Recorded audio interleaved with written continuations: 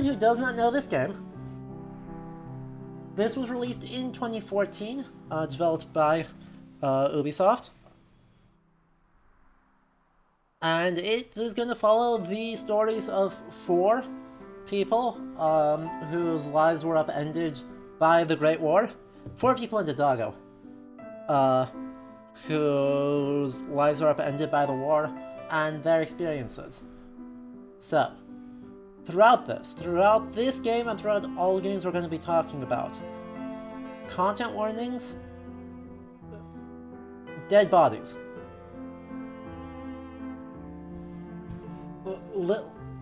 So many of them.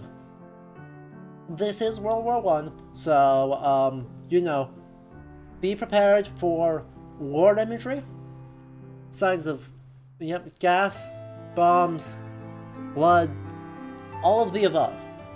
That's going to be true for basically every game we're playing to various extents, but obviously practice self-care. This game goes into some extremely dark places,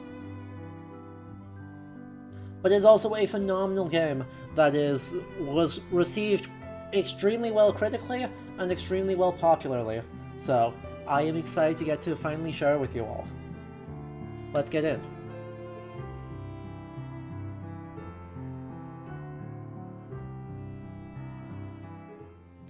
Freely inspired by the events unfolding on the Western Front between 1914 and 1918. After the assassination of Prince Franz Ferdinand of the Austro-Hungarian Empire, the German Empire declares war on Russia. Because of established alliances, France is preparing for conflict. A few hours after the announcement of the general mobilization, German civilians living in France are asked to leave the country. Karl is one of them.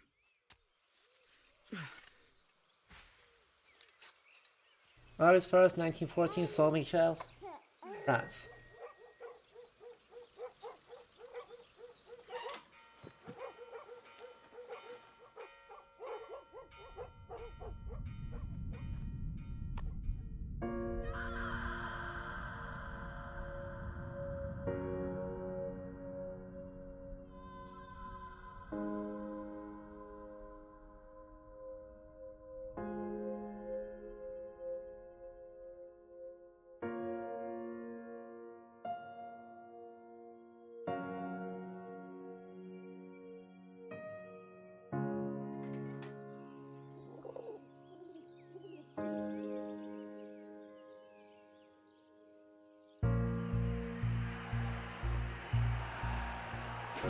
Oh no.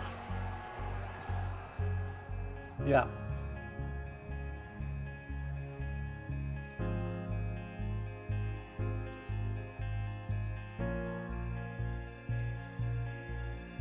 A few days after Karl was deported, the war was hungry for more and took away Emil as well.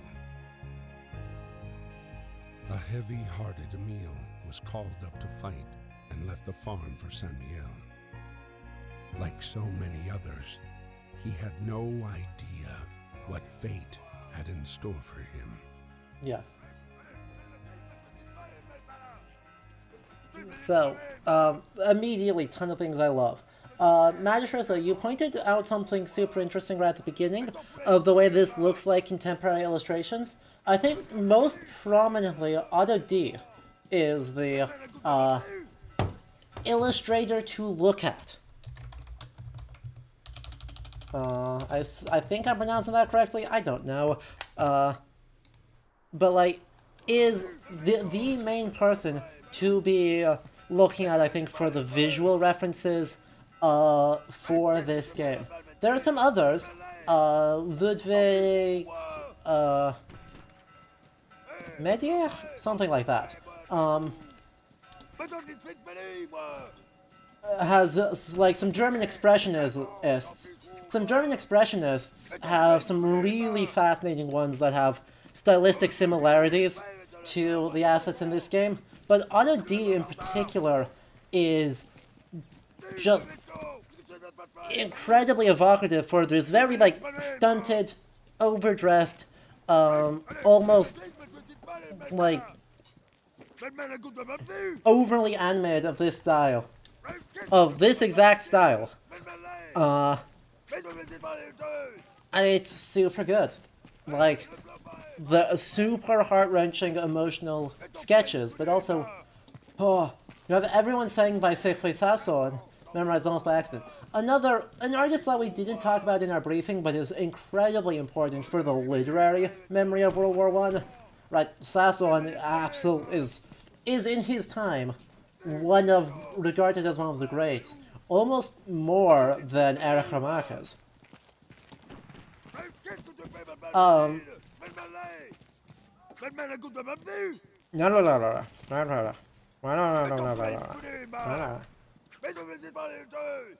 Exactly. There's so many. There's so many poets from this period. I mean, let's not forget, on the British perspective, W.H. Auden is a fucking World War One poet. Ernest Hemingway served in the war for the Americans. F. Scott Fitzgerald is remarks on the war. I mean, and in film, Charlie Chaplin literally, like, goes from celebrity to mega celebrity because of World War One. Like, in terms of this being a war that is of creative production, it's completely insane.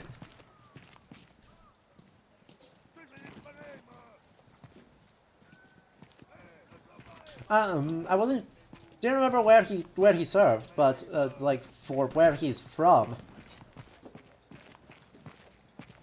Like, W.H. Auden is known for his among the greats of British literature.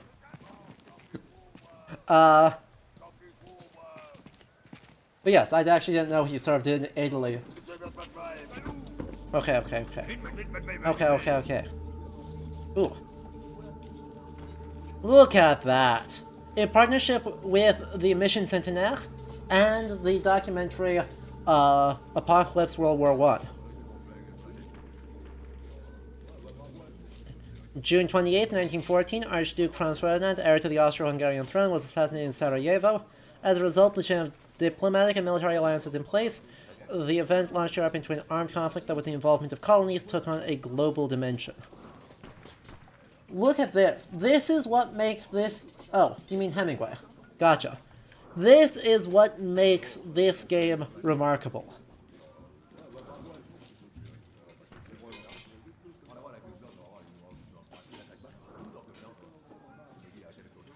The amount of World War I ephemera that is released or that is included in this game is staggering.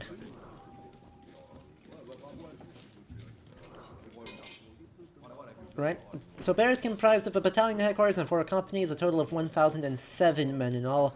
Companies are 4 platoons, each in 4 sections of 12 men, commanded by an NCO. Britain was slow to mobilize on the Western Front. Half its army was overseas. With a genuine fear of invasion, infantry divisions were held in reserve for Britain and not included in the British Expeditionary Force, which gets completely wiped out in 1914, and then resupplied, and then completely wiped out in 1915, and then resupplied, and then completely wiped out at the Somme, and then resupplied. Railways. With the outbreak of war, each country was eager to dispatch its army in situ as quickly as possible to gain the advantage. Railways were essential for mobilization and supply. By August 1914, the British realized the importance of rail to the war effort, dispatched Royal Engineers to build new lines. And the debacle of August 1914. After invading Belgium, they marched on Paris in late August. French troops retreated en masse, and units were outflanked and repelled, taken prisoner, or killed. The months of August to September 1914 marked the bloodiest period of the war, with over 180 French casualties alone. A less conservative estimate says 300,000 in 1 month. So, you know, a ridiculous number of people killed or maimed or taken prisoner as part of the first month of the war. Stop. Yes. I think we're also getting something super interesting. Right. The NCO here, or the officer here, is immediately portrayed as aggressive, incompetent, and needlessly flailing his weapons about, which is quite significant. Everyone else seems pretty organized.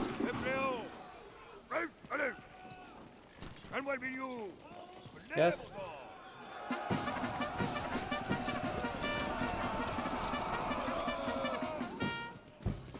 But we already get also the blah blah blah blah blah blah blah blah blah blah blah.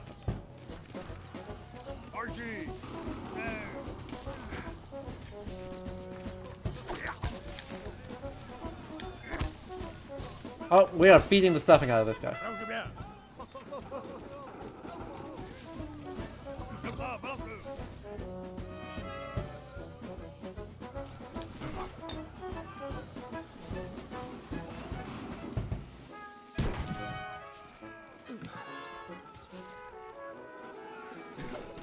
Let's try that again. We have picked up the classic red pantaloons. It won't last long. Yeah.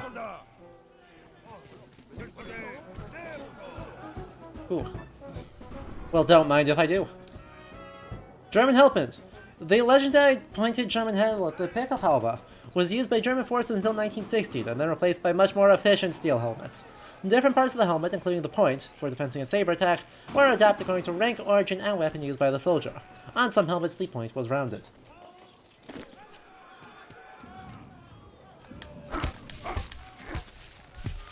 Oofed.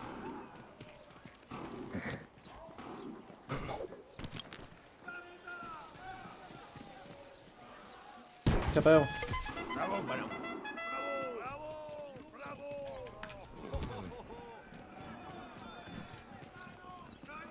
Okay, well, that was our training.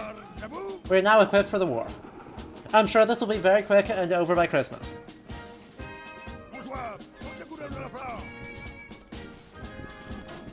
I'm sure. Yep.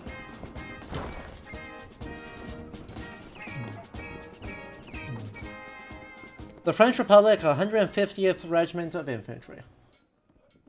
Literally trivializing the war. Yeah. We're on our way to Paris. The atmosphere here is strangely cheerful. I hope that the harvest goes well. Rely on our neighbors for help. They've always been gracious and charitable people. I'll write again as soon as I get my assignment. Please kiss my little grandson for me. Oh. Indeed. More British-French representation. We love to see it. In Paris, trying to reach his regiment at Platform 21, Emile would meet the man he would soon fight alongside. The man who would come to be his truest friend.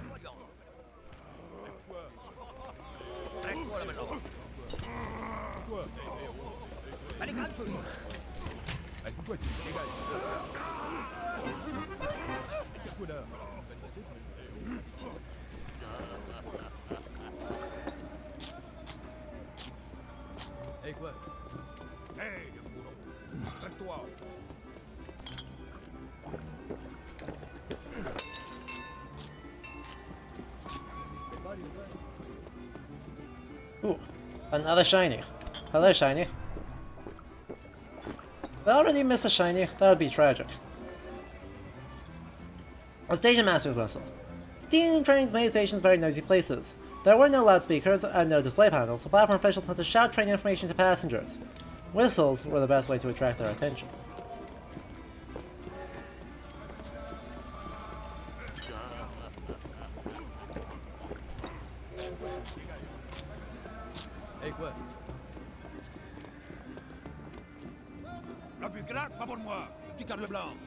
Oh.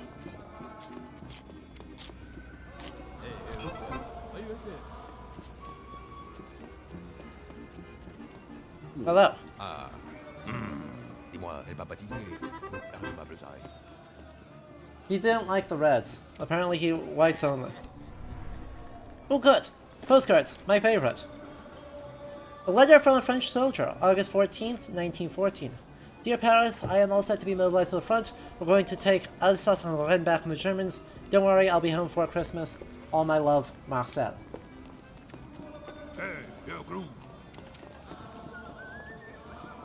What was he?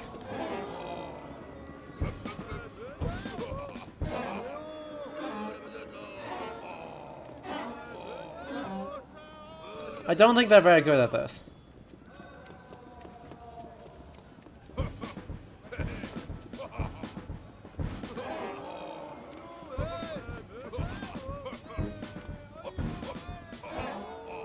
Aww.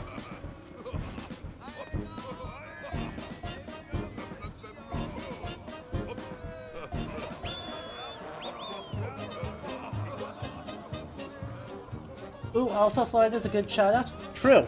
A big chunk of the initial French offensive, that Joffre, the Supreme Commander of French forces, he committed too many of his forces. Part of the reason why the Belgian attack worked so easily is that he committed an awful lot of forces to Lorraine in order to hopefully tie up German reserves there. So that was actually, like, there were, of the, I think 6 French armies, I want to say, 5 French armies, 2 of them were committed to Alsace-Lorraine for dubious logic. Ooh, we did get a marginalia moment. Let's see if that works. Yeah, it does. Look at all those marginalia. Look at them. August 21st, 1914. Emil's regiment was sent to fight against the 71st German Division, led by Baron von Dorf. The general cheer of the first hours dissipated into the fear of first combat. I mean, look at how good they are. Boom. Smug. You might notice there are a couple of new emotes. Yep, there are the Smug emote, which I liked just because I like it. And then our new follower emote, the Scream. A courtesy of patron Velith95.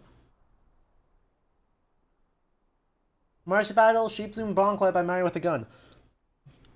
So, we'll pretend that this is relevant. Lovely bit of medievalism coming out of French propaganda. Joan of Arc was heavily leveraged as before the little kind of naive Magdalena, I believe. Before she became the symbol of French innocence versus German barbarity, Joan of Arc was used quite heavily in the early stages of the war in France as a propaganda point. And then it was used in America when America joined the war to encourage people to recruit to help protect France. Yay, medievalism. Anyway, that's been our marginalia moment from our vast amounts of marginalia. Why do I have the flag? I don't want the flag. I really wish I didn't have the flag here. The French strategy at this point is, you know, go fast. Go fast, be aggressive.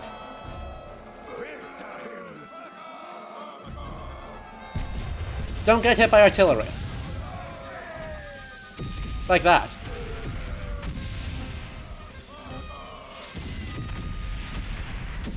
Trying to not get hit by artillery.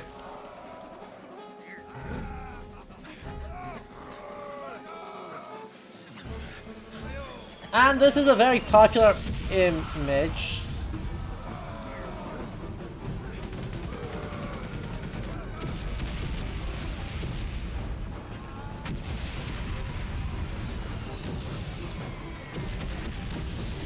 This is a media popular image that the French army went in with bayonets and was mowed down by machine guns.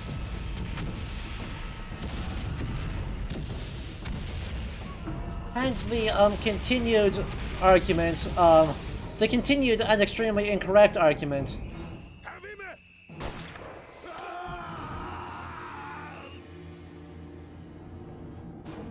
Exactly. Right, elan, willpower, and courage alone wins this war. Sure didn't. But right, the continued narrative of that World War One is modern technology with imperial tactics, or with Napoleonic tactics, comes out of, I think, the first days of this war. Private Emile Chillon, from the 150th Infantry Regiment, was wounded by enemy fire on August 21st. He has been captured by the enemy.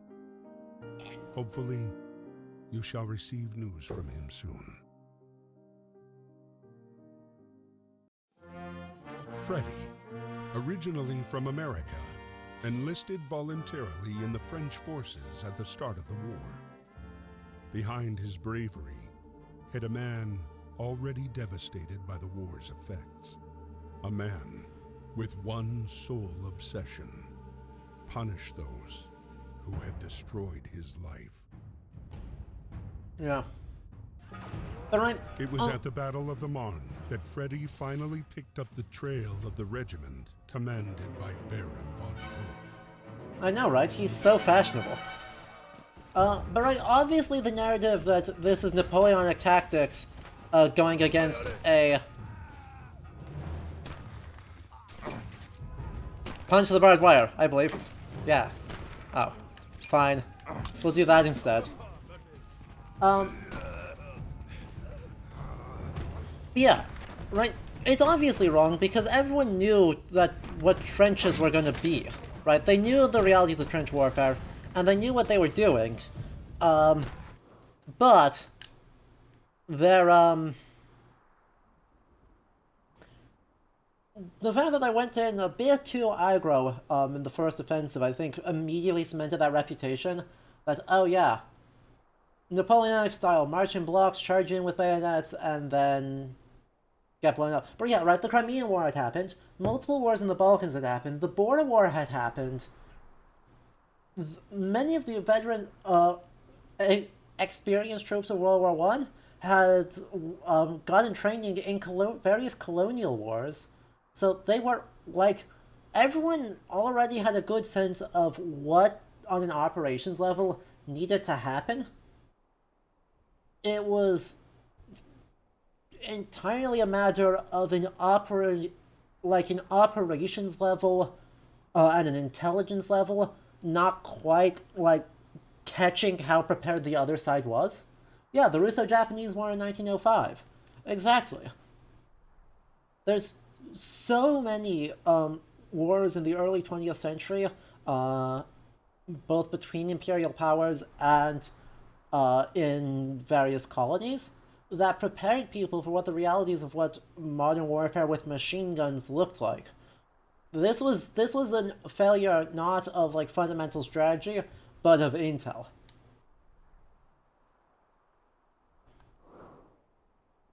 Aww. Aww. The whole squad.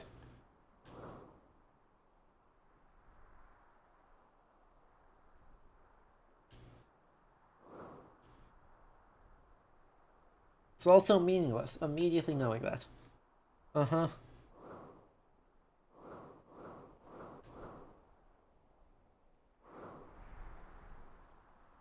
Aww. I love the diaries, though.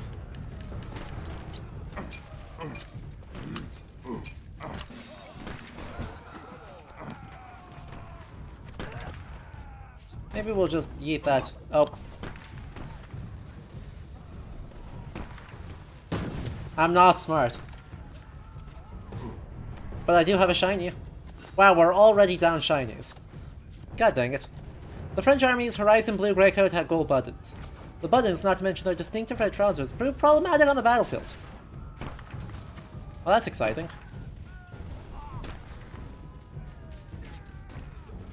Is there another shiny here that I just didn't see? Oh hey, Americans in the French army. 128 Americans enrolled in the French army from the start of the conflict, including the poet Alan Seeger. The majority joined the Foreign Legion and took place in the Battle of the Marne. Others joined the Air Force, which would later become the Lafayette Squadron. And then the Marne, the Schlieffen Plan. Oh god, that kid looks horrified. Oh no.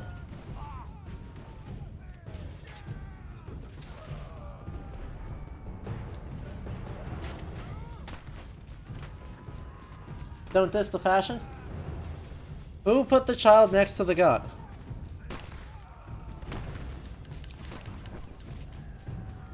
Exactly. Well, let's try this again. This time, you know, yeeting this into the correct spot. There we go. 3, 2, 1.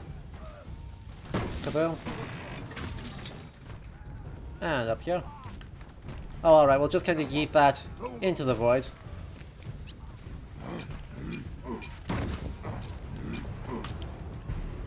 Oh, hey, look, there's a German.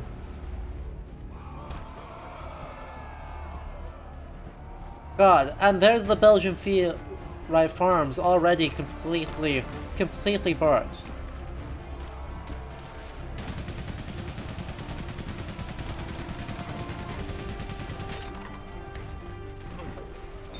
Not high enough. Alright. With even more feeling. Let's go. Oh. With even more feeling? That worked, technically.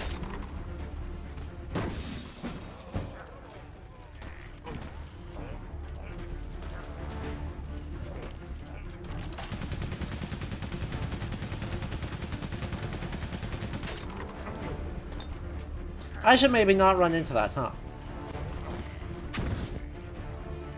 I realized that climbing up the ladder into the grenade probably was a bad plan.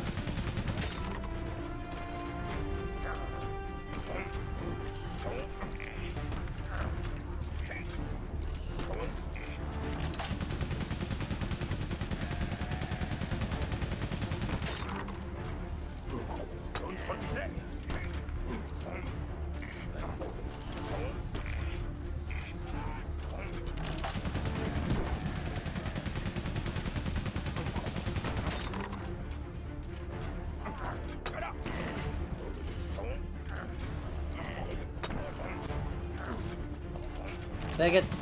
I want to just bonk this guy on the head. Tragic. Darn.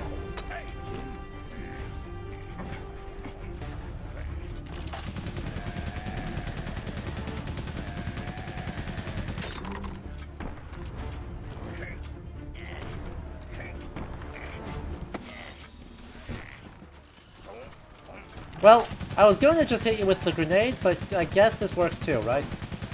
Oh,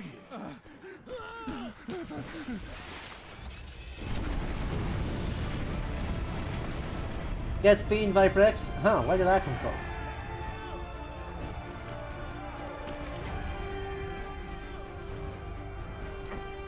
Ooh, we got another shiny.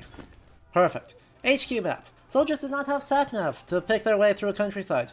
Those they had were a compass and an HQ map. Orienteering duties were the reserve of officers and NCOs.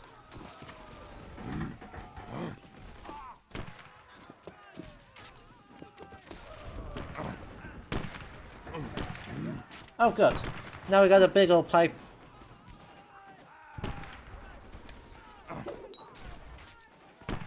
Pipe explosive. Yes, that's how that works. Totally. 100%. Yep. Uh-huh.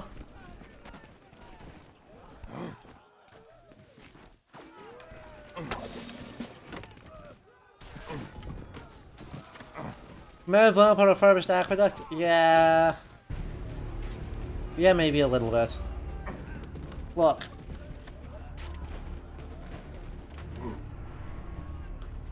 Oh hey, more things. German cartridges. 7.92mm Mauser cartridges. The latter of the German machine gun ammo was the standard whether used in light Maschinengewehr or heavy schwerer Maschinengewehr. The cylinder was used for standard German army pistol Kar 98K.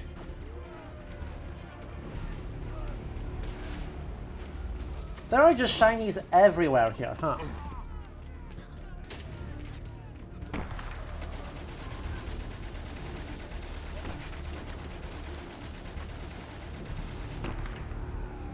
Well, trenches. We gotta hide here. No, don't climb up the...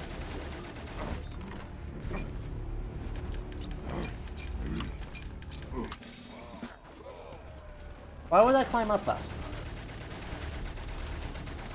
Exactly, when in doubt, check bushes for shinies, or the alternative, check the shinies for bushes.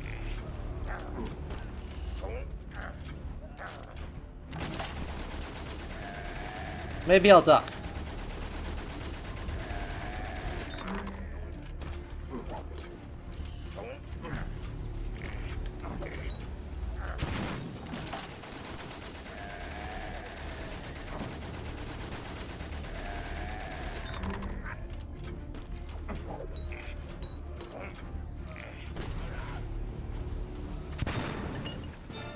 Hey, we got one.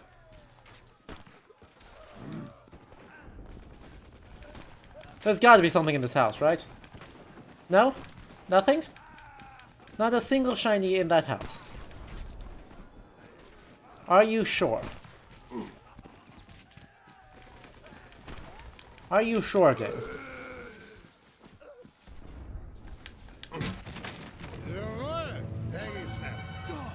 Freddy just winning this war by himself. True.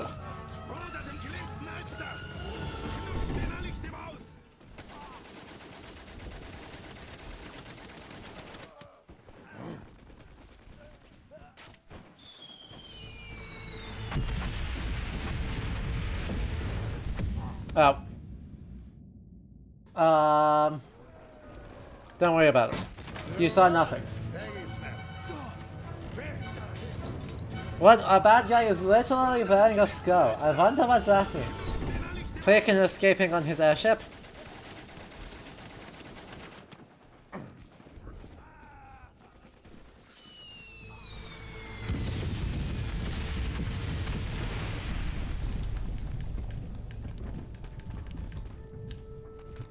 Yup.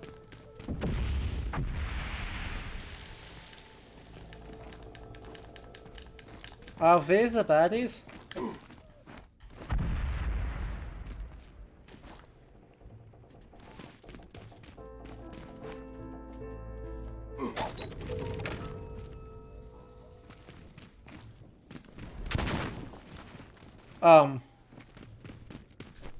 Excuse me?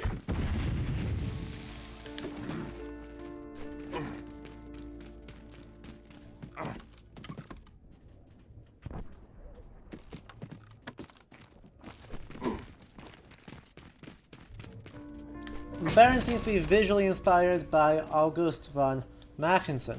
Let me take a look at who that is, because I don't know who that is.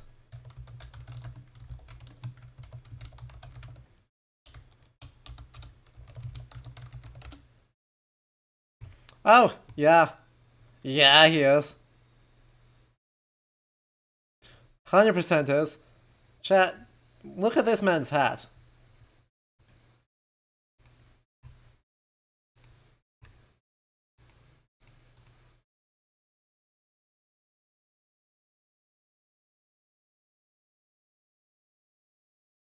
I can't believe the hat is real.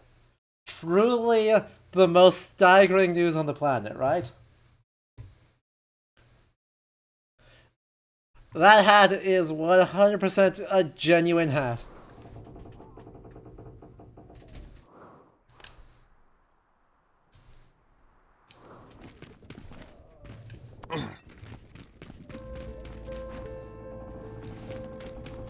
Which is just incredible, for the record. Do I need a hint? Do I need a hint? Game. Game. Game. You wound me.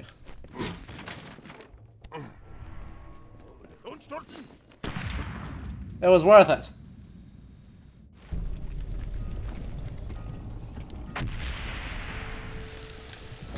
It was 100% worth it. Let's see what that shiny was. Ooh. Yes, thank you. That's not the shiny I want. This one. Embroidery. House of Linens. Magistressa, you'll love this one. Contrary to received ideas, embroidery was not an exclusively female pursuit, and many prisoners of war embroidered during captivity.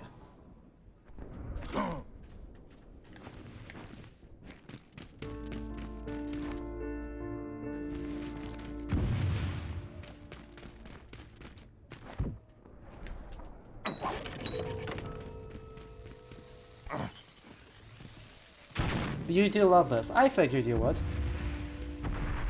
Alright, Johnny. Have a good night. It's nice as always to have you here.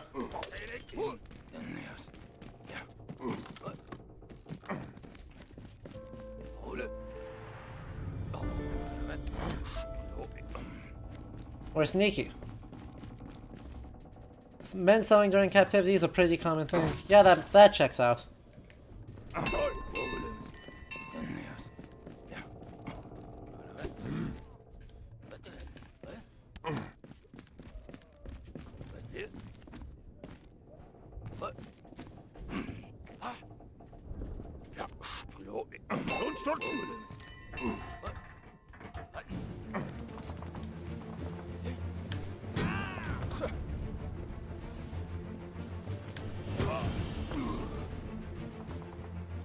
Look at us, One Punch Man.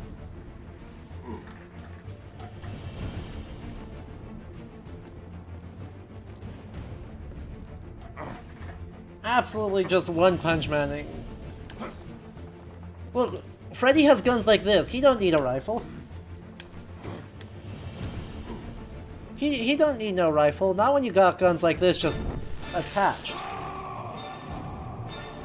Look at him.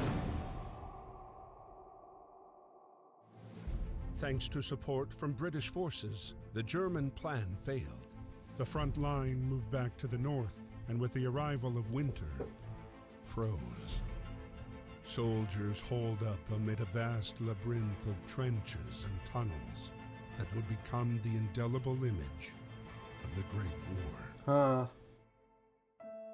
Karl's regiment retreated to the outskirts of Neuve-Chapelle, the same camp where Emile was being held prisoner.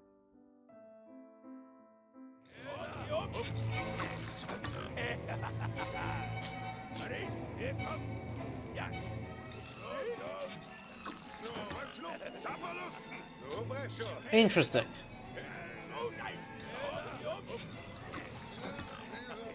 Interesting.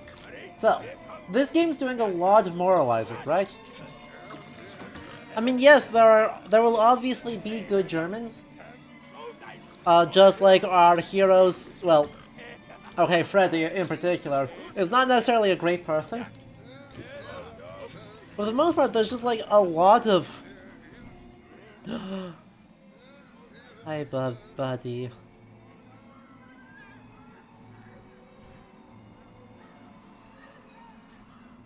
"6 million prisoners of war." Letters. When the only real means of communication with the outside world, radios and telephones were only used for military ends. All war correspondence was free of charge. This created logistical and financial problems. 10 billion letters and postcards were sent to and from the front during the war. The early reports the system was chaotic, but then the front was separated into sectors, each with its own postcode. Battle of Neuve-Chapelle. British shells literally rained down on German forces March 10, 1950. First time, the technique creeping barrage was used. Barrage with a fire of all units target the same position before advancing one line at a time. The infantry's advance was synchronized at a safe distance behind the barrage, so that German lines could then be overrun. 1 shell per weapon every 2 minutes for a full day. Oh hey. Oh hey. The Garfol rifles. In the early 20th century, Great Britain and France governed huge colonial empires and put them to use during the war. Indian troops were deployed by Britain in the Middle East as well as on the European front and made an important contribution to the war effort. Mud. During the war meant that diseases such as dysentery, typhus, and cholera flourished. The depth of mud also presented in dangers, and soldiers sometimes drowned in shell holes or in the tunnels leading to the trenches.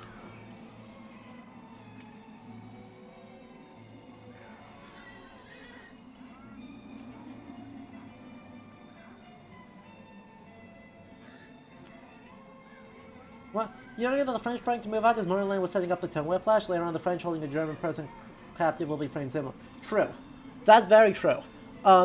I think the difference is primarily intended to be one of officers versus not. But, right, musically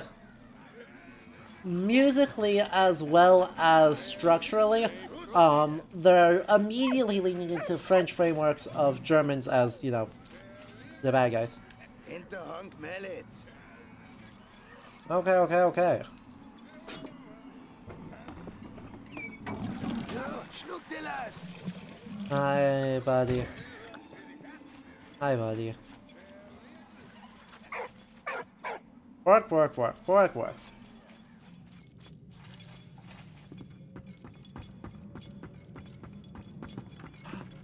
Oh, hey, look. Photo frame. Even though photography was not widespread, many soldiers had their photos taken from before setting off for the war. Professional prints were developed on photo paper and applied to a hard backing to prevent tearing. Now, I feel like that's the only one where I really have a dispute, question, or concern thus far. Right? Like, photography is not widespread compared to what it would be. But like, photography, especially tintypes, had been common since the 1870s, and Kodak brown prints were already in use. We live in a climate of uncertainty. So, you know. Germans use the people of Saint-Mihiel as human shields against the French bombings.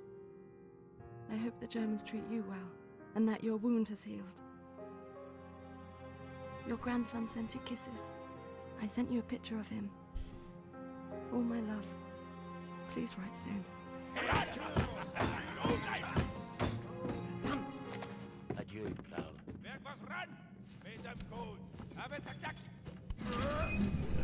Okay, okay, okay.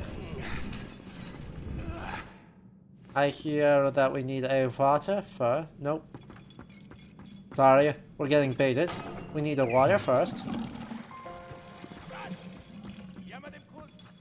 And then we need a fire.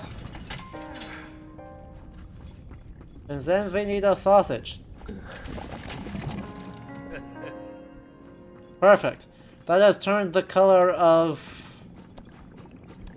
Velveeta. I think we made mac and cheese, folks. Does that make sense? I don't know. But that sure is the color of Velveeta. That's a lot of British firepower.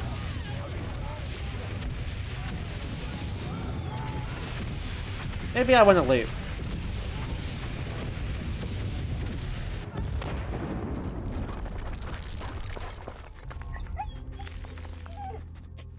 Hi. Hi, buddy. Hi, buddy.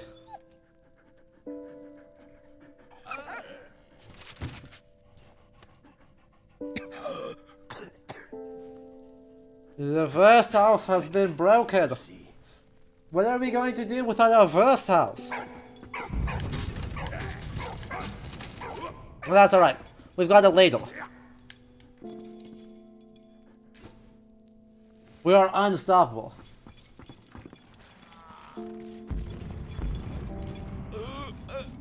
I feel like there's another shiny in here. No? No? Okay.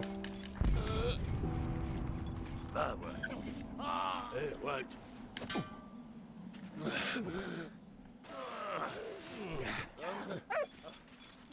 Du Schnuppermarsch Kolga ab. Schwanderlichtlingster Blunderklum.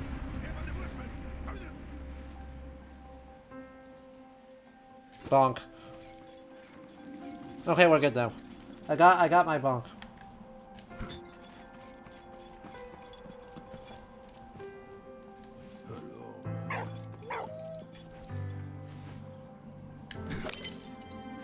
What? Hey, buddy. Oh, what a good puppy. Oh, look at him.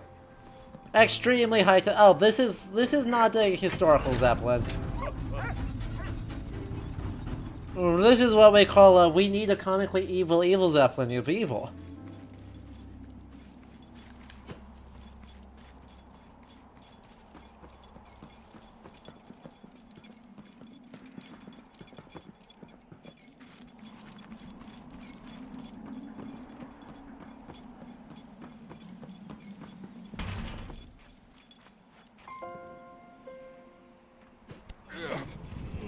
Achtung.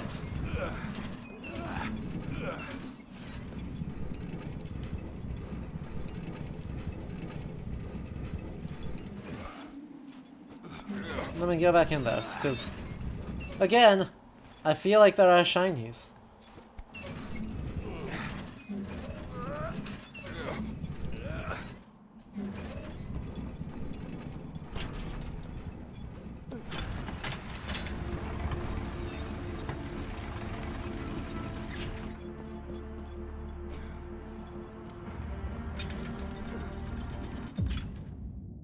I got stuck.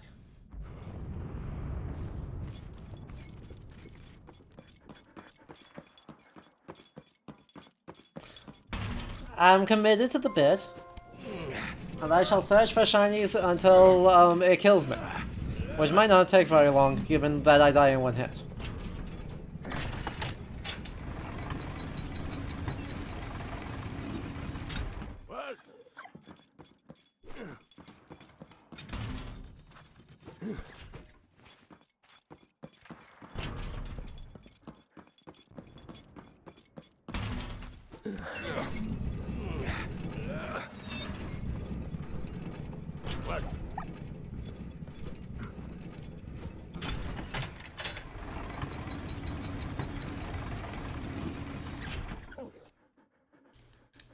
What? Well, I'm clearly missing something here. What that something is, I remain uncertain of. I can get up there, no problem. Oh, do I just need to be fast and do good? I just need to be fast and do good. Derp, derp, derp. Getting a photo together was also seen as a way of announcing or formalizing engagement if you can afford an engagement ring. Lots of them from right before or after deployments. What?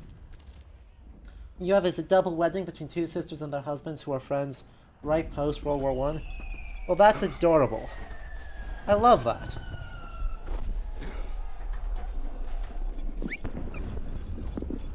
Hi. Well, do you see something? You see something here?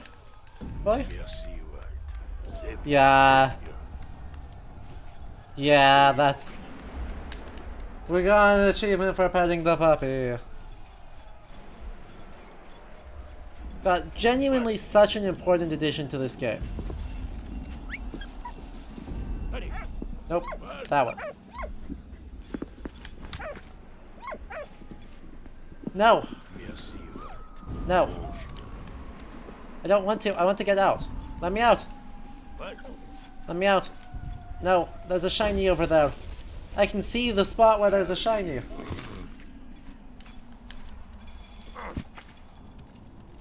Can I not escape? Oh, no, that's just where Walt's going. Okay. Well, that works, I guess. Merci, Walt. Walt.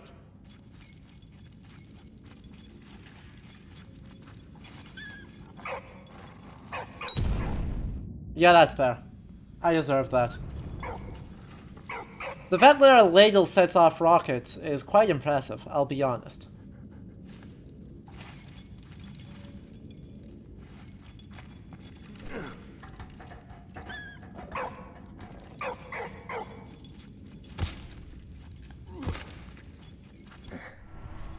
There we go. Valiant Stories Contest Memorabilia. Lace diner made by Corporal Lucien de Fomentaire, great-grandfather of Benoit Tidaz, from a melted-down cartridge cage. Lucien served as an electrician in a searchlight division, whose mission was to illuminate enemy positions. Many thanks and congratulations to our winner, Benoit. So yeah, they ran like a memorabilia contest for coolest stuff created from the war, out of World War I memorabilia, which is super cool. Yes, I can see. I need something to throw at it, though. What? Yeah, that'll work. Thank you for the phone.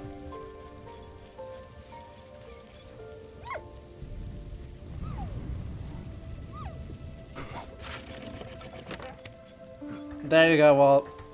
Good fetch. Good fetch. And a crucifix. Majority of soldiers believed in God, and some were symbols of their religion. War officers had made provisions for different religions, and a variety of religious ceremonies were performed at the front by different faiths. Priests, vicars, and rabbis offered succor and compassion to soldiers. Muslim soldiers from colonies were organized into separate battalions, and their beliefs were relatively respected. Halal food was, as well as Muslim funerals, were provided. That's probably a human bone. Yeah, that's probably a human bone.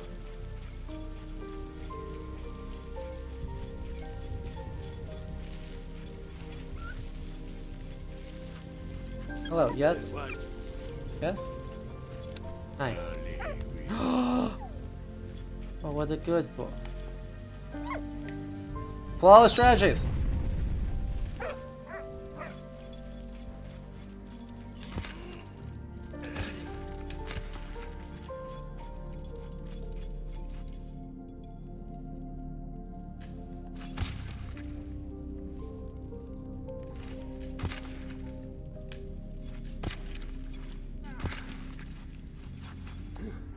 And another one.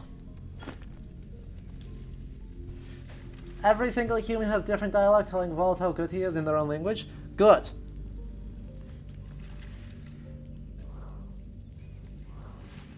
That is... Ow. Why did you dig down? You didn't need to dig down. Whatever. It was worth it.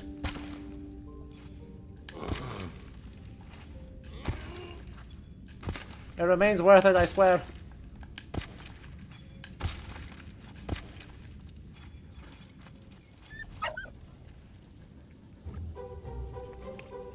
Uh-oh. No, Vault! Okay.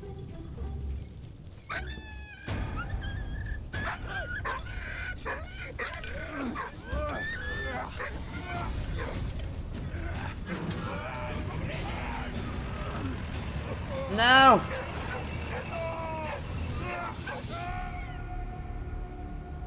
Minutes earlier, on the other side of The the front. British troops continued their attack on Neuve-Chapelle. Their next objective, take back Port Arthur. Ooh! Yes, sir. Come on, boys. Sir, yes, sir.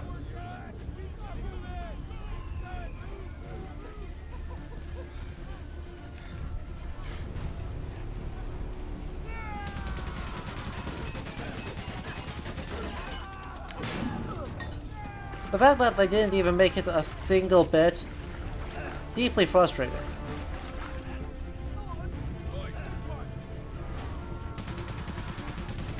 Oh, well.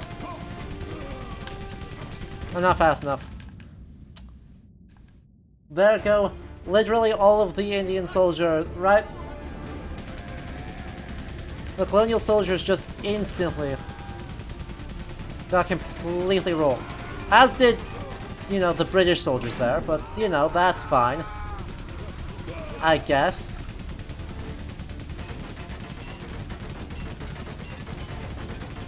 Can you reload, please? Thank you. Ooh, TNT down here. Don't mind if I do.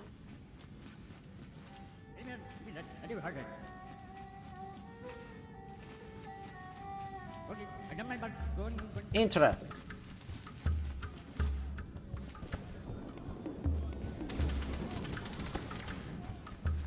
Okay, but why is there no shinies yet?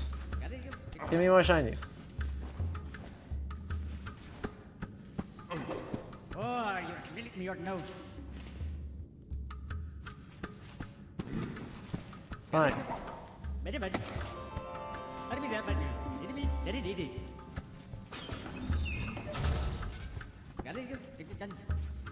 And then we'll go up here.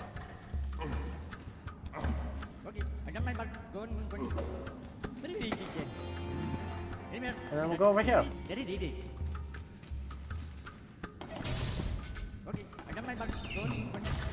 And another two.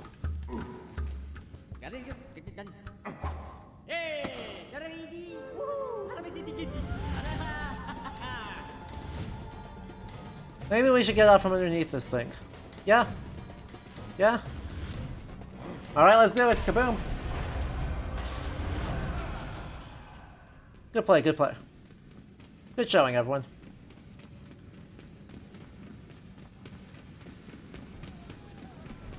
Good job. We made it through the first step. Suppose I should actually sit where I'm on camera, huh? Oh good, more versed. Ah, we missed one. We were doing so good. A kukri. Used by the Gurkhas, the British Union composed of colonial Indian troops. This Nepalese weapon was standard issue. We missed one shiny. Ugh, took.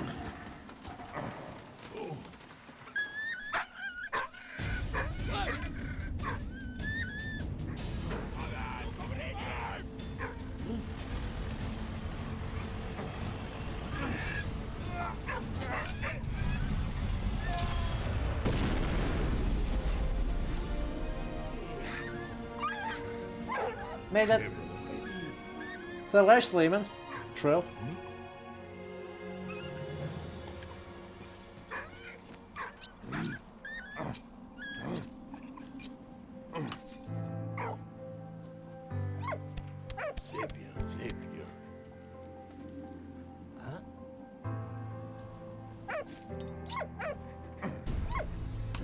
Yeah. Merci, mon ami. Yeah. Ragnar. Agamemnon Sleeman was the Greek ambassador to the US. Heinrich was busy being dead. True. Yeah, come. But hey, there was A. Schliemann, who was involved in World War I because Amidst the never-ending the US attacks landed and troops in counterattacks, Freddie and Emil hunted the Greece elusive in Baron and his 1918. regiment So in Ypres. that's exciting. Oh yeah, by the way,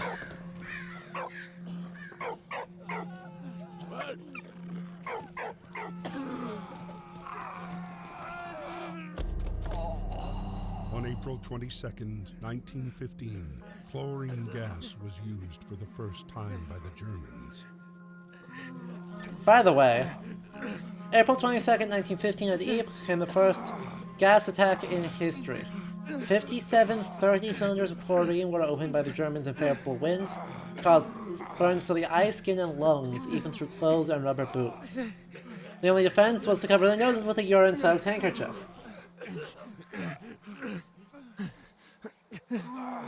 Yeah.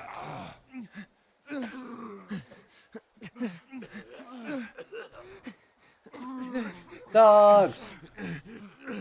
Dogs had a number of roles as sentry scouts, and postal liaisons, equipment transport, locate casualties on explosives, and in mascots. German Shepherds, Dobermans, and Bouviers. I guess Walt's a Doberman? I guess Walt's supposed to be a Doberman.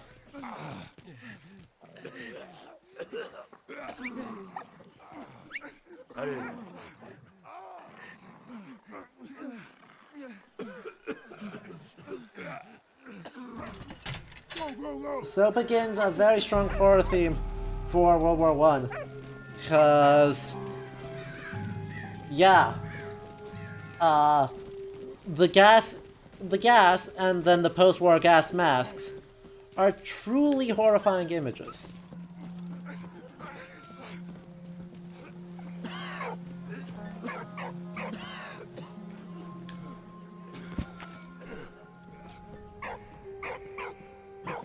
There's a shiny there.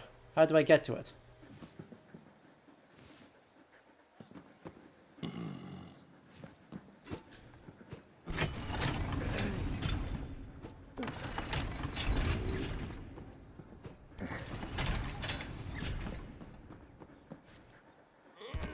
Let me get to it. Shiny. Thank you. Canadian ID tag. Canadian identification tags were formed by a large aluminum disc, which was because they were an emergency issue and had a unique shape. If only I could jump a long distance of 2 feet. Now, we know that that's too much to ask for.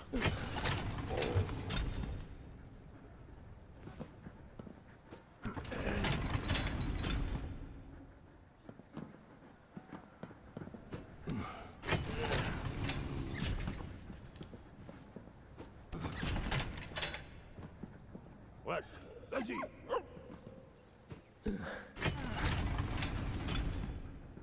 What?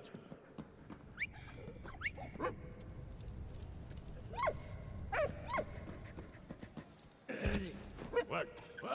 Ah. What a good boy.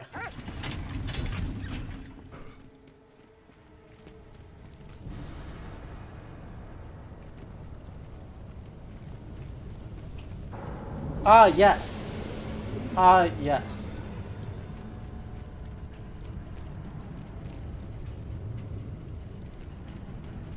What? What?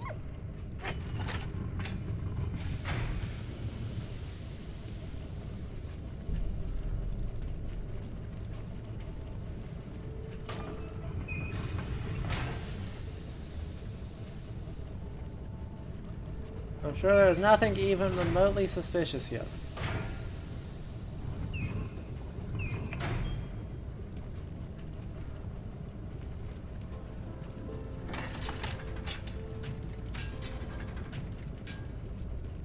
Yep. This is 100%, well, I thought some of you might know better than I do.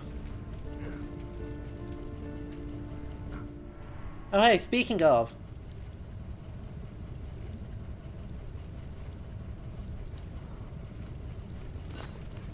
One urine-soaked cloth later. Got.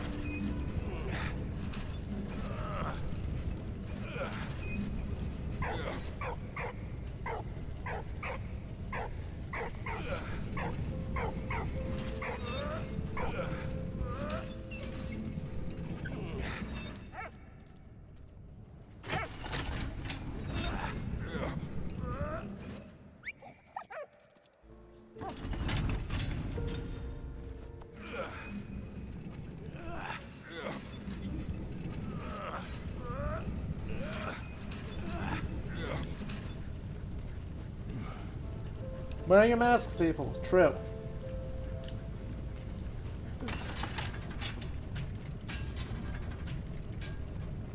Gotcha, so you get set up correctly enough.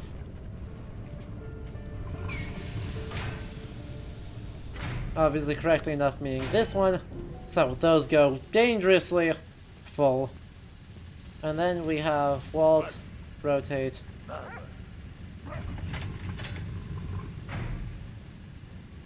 This until it is lined up. That actually might be the right spot. Let's find out. No. What? Vas-y.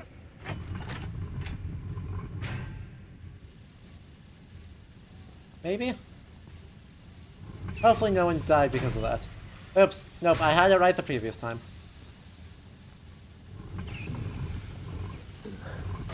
Go. What? Ah. That's fine. Allez. Keep going. Allez.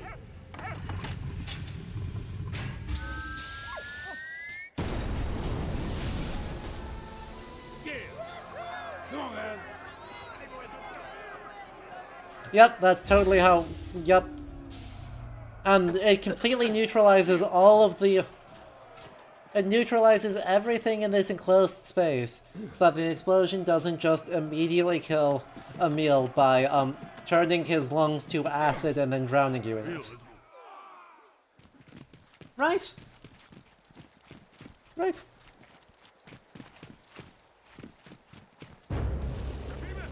Oh heck. Not another bomb. Not more canisters of chlorine.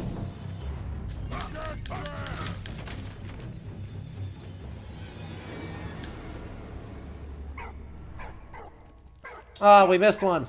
No. Gas canister deployment strategies were simple, but it did depend on the weather, especially on winds. Bork, bork, bork? Oh. Yes, that's hence the bork.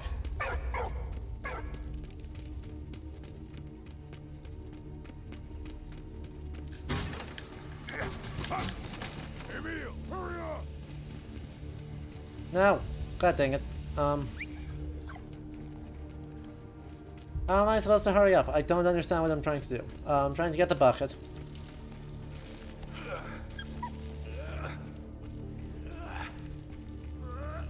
I'm gonna tie the bucket to there, and I'm gonna put the dog in the bucket. Right. Right. I'm also going to hope that if you're doing that, that there's a shiny right there. Belgian Army Shaco!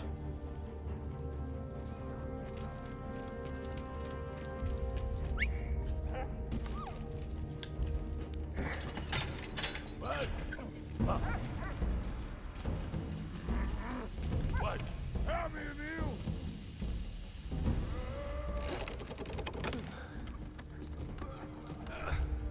Yes, yes, yes. Go. Come on. Don't, no time to pet the dog.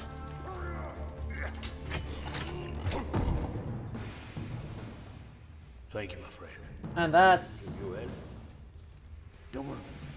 Don't worry. Thank you, my friend.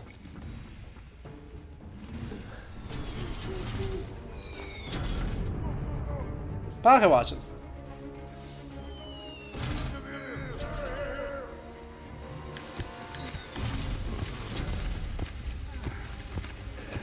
Dig faster.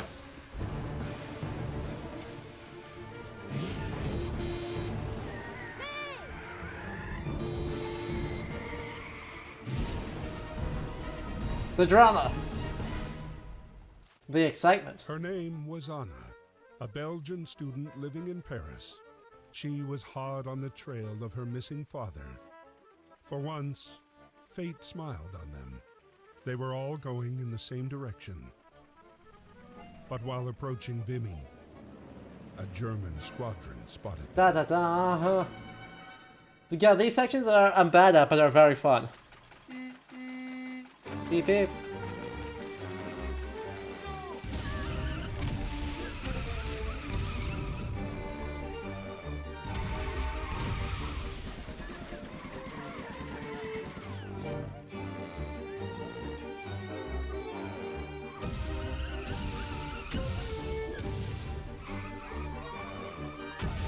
Didn't really go the right way there, but that's fine.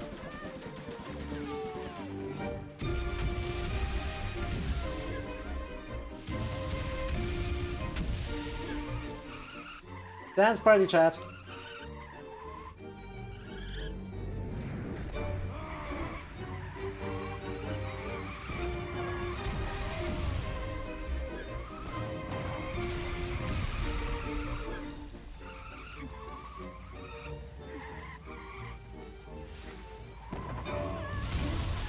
Yep, this one car in particular is a problem. Yep.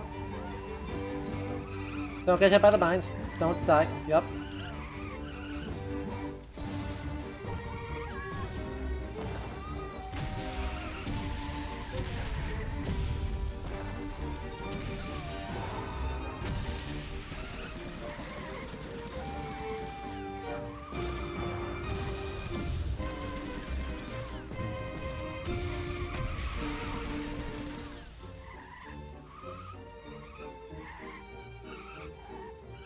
I love these sections. These are... That's not optimal. I can't believe that didn't hit me. I do not agree. I think I got caught by that one.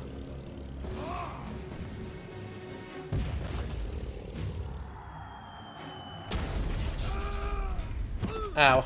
Ow. Ow.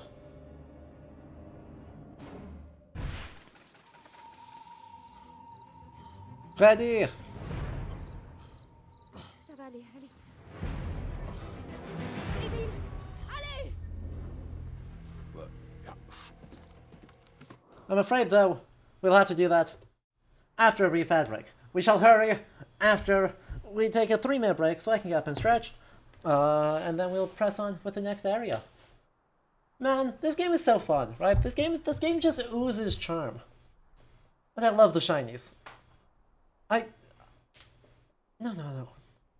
No, we're only at 2.5 hours. We got 1 segment left, Reptoris. You're off to sleep. Have fun. Thank you, Gazishin. But no, we've got an hour left. I'm enjoying this immensely. But yes, we do take ad breaks every hour, so that I can get up and stretch. I encourage you all to do the same. If you want an ad reviewing experience, of course, do consider subscribing for the channel. And if you're just tuning in, hello and welcome. But also, consider supporting the channel as well to help keep this deep dive into World War One going. We're gonna be back in just a couple of minutes. I shall leave you with the snails, so do not go anywhere. We will be back soon.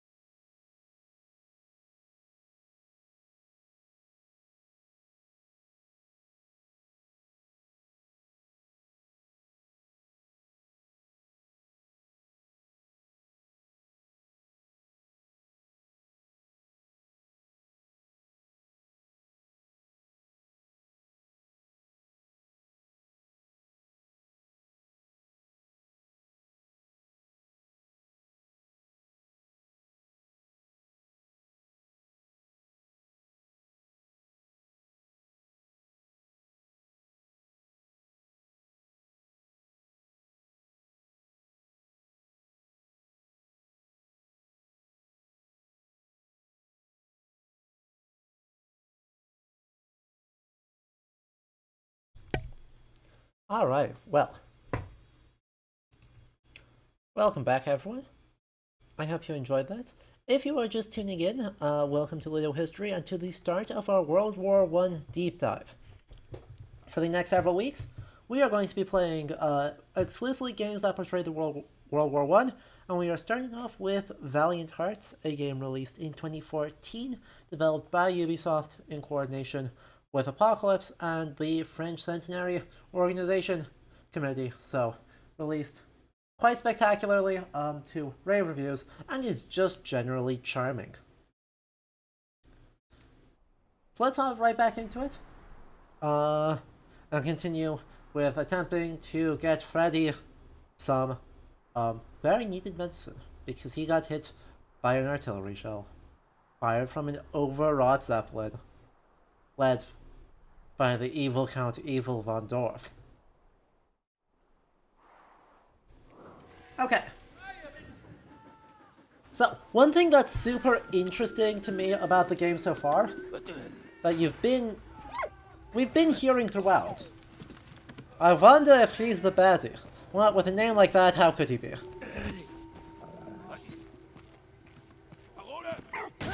Oh. Ow.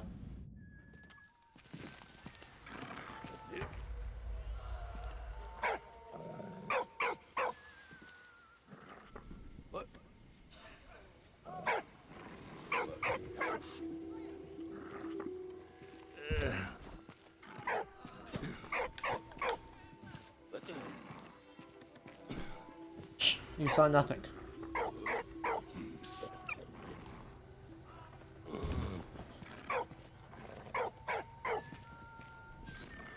continue to see nothing.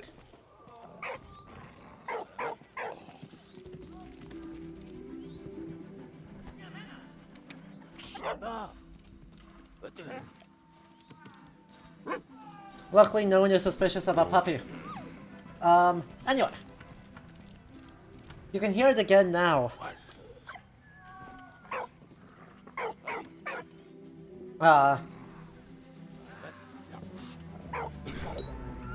I don't think that's good enough. I do that every single time. I do that every time. But the musicscape, right? The thing that they're doing for the soundtrack for this game is just totally unlike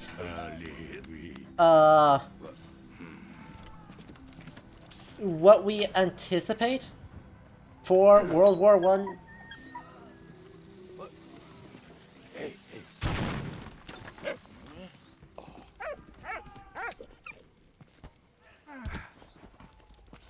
Right, it's completely unlike what we anticipate for anything war-related, because we have it's like almost cheerful. Right, cheerful isn't quite the right word, but it's cheerful-ish, right?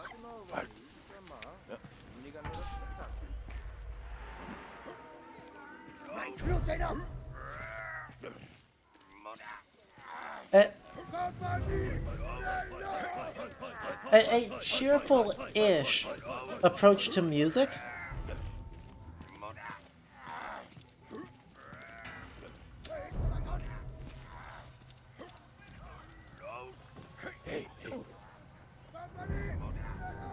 Let them go.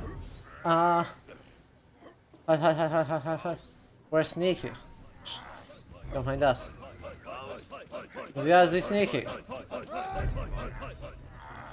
Yep, hidden. Very full of glass? No, no. I mean, right now maybe a little bit. But generally, full of glass is not the comparison point I was thinking. For the most part, right, it's actually, there's a point where I think it's Can plays later. So, right, we are looking at classical, right, typically classical symphonic music composed in the period, or shortly before, showing up in the game. It's just...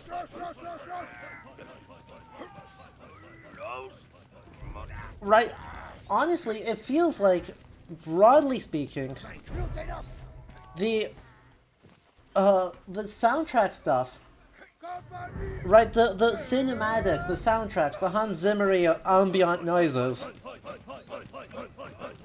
honestly, don't strike me as much as being an influence in here. Which is not to say it's not an influence, just that it's got a very weird relationship with this music, in that a lot of it... So, I don't need a hint. I appreciate the messenger pigeon, but I don't need a hint. Just need some time.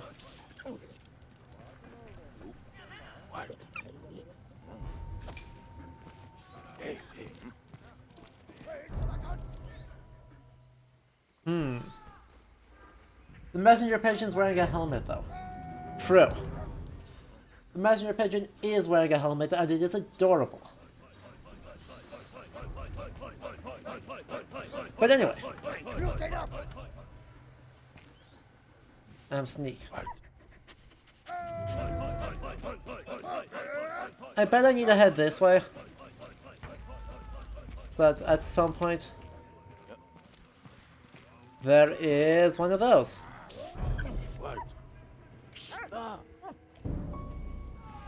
There he is. The pigeons need protection. Yeah. But yeah. Anyway, I'm trying to say... At some point I will say something coherent about the soundtrack. It's not this day, but we've got that... At some point I will say something. It strikes me as weird because it just doesn't feel... It doesn't feel cinematic, or... Right, it doesn't feel like what movies have trained us to expect the sound of World War I to sound like. Right? Like, it is definitely a sound from the period, and it's a sound that makes a lot of sense within the context of, like, silent films and documentaries.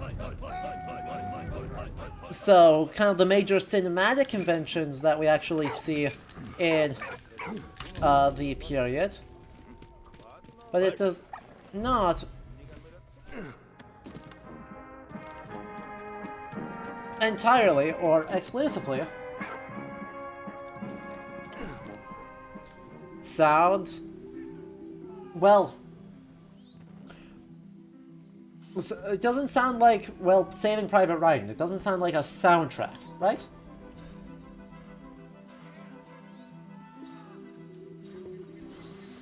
I wonder if they talk about the music at all. No? Alright. Shame. We do get more colonial representation, though. An acknowledgement that this is a world war in a substantive way. Though, violence in Morocco continues.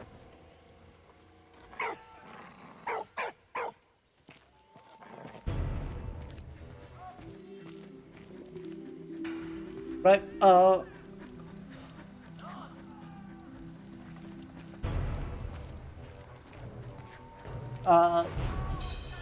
well into the 1920s. That's where I was going with that. Anyone, don't start that.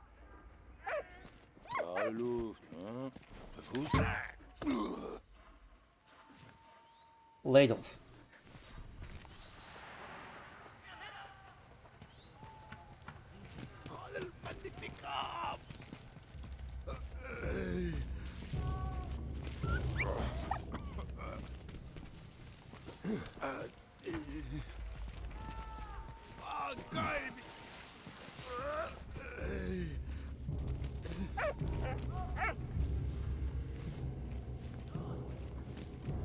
Weaponize puppy petting instincts to my advantage.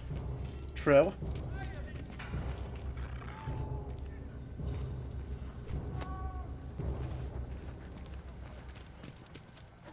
No, Vault. What? What? Bullshit. What?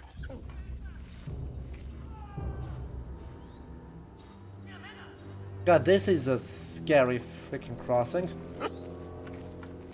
Don't enjoy that.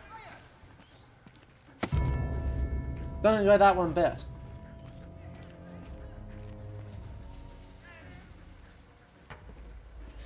Also, by the way, they communicate with these little cutouts just how... Oh, I can't make that, I missed it. Just how scary a machine gun can be. Right, like, he's in that house window way back there where the Zeppelin is. And he's just like cross map about to snipe you if he catches sight of you where you're not supposed to be.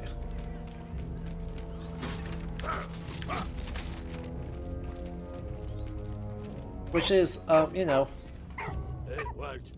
deeply frightening. Well, thank you. Nevrosthenin. Magnesium and potassium. Nice. Very early comic serial. A little bit, but used for good emotional ends, right? Or good historical ends, where it's communicating just how, wild. Just how wildly distressing the early parts are. I'm still short a second thing. Where am I supposed to get that second thing? Vault!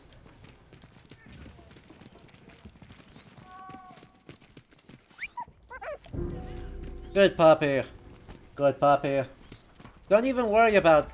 Don't worry about him, German. Yep, ignore the yep. The dog is supposed to have the dynamite. It is known.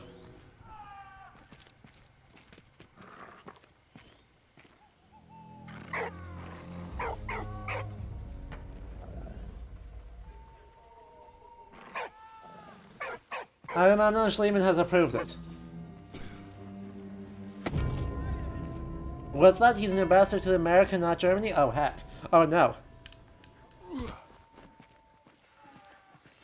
She could zoom a little bit faster. Well, get over here. I don't want to...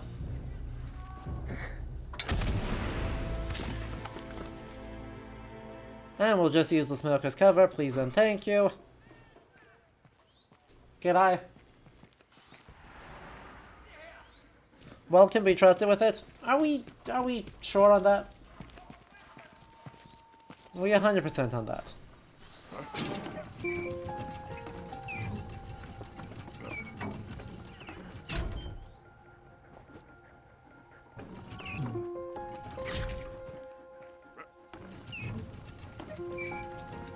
Yep. Nothing to see here. Nothing. Yep.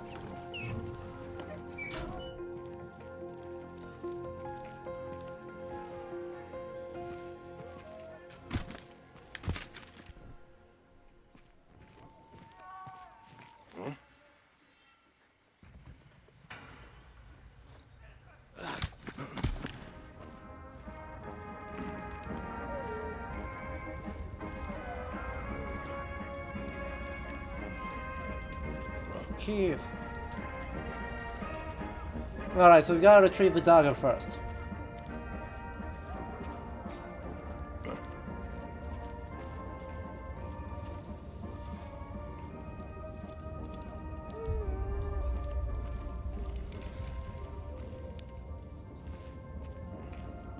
We've really gotta retrieve the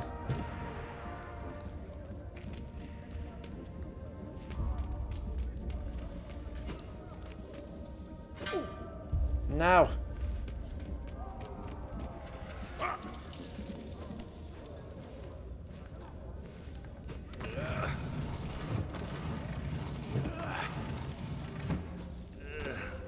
Go over it. It occurs to me that Strauss doesn't often get included in the soundscapes of World War I. You don't know if it's actually Strauss, but it sure sounds like him. Right, exactly. There's a bunch of, like, high classical, or things that we look at and we view as, oh, classical. I mean, same deal with, like, Stravinsky, right, being, and having some compositions from the war, and some other compositions from immediately after the war.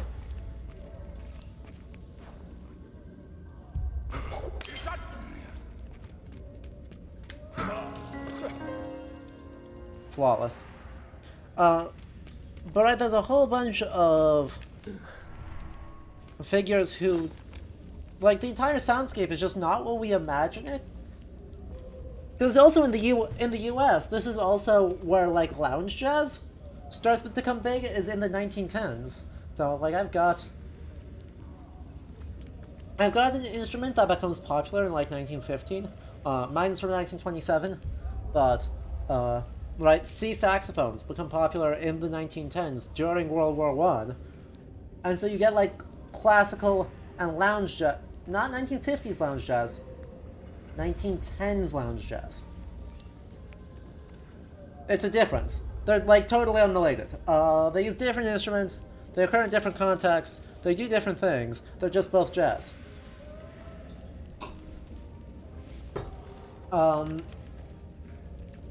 But still, right, there's jazz in the US going on in this period.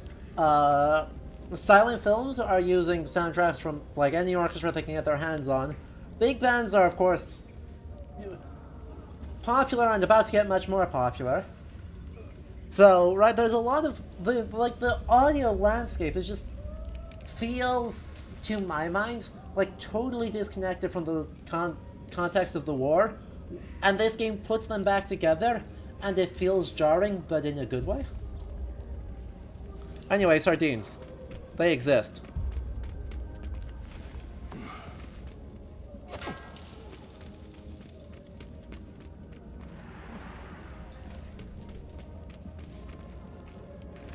Voilà. Allez, vite.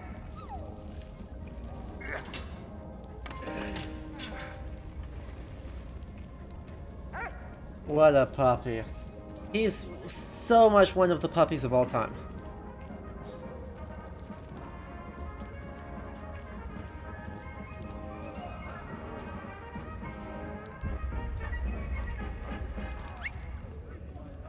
Voilà.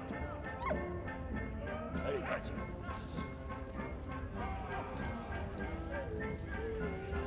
Aw. Oui.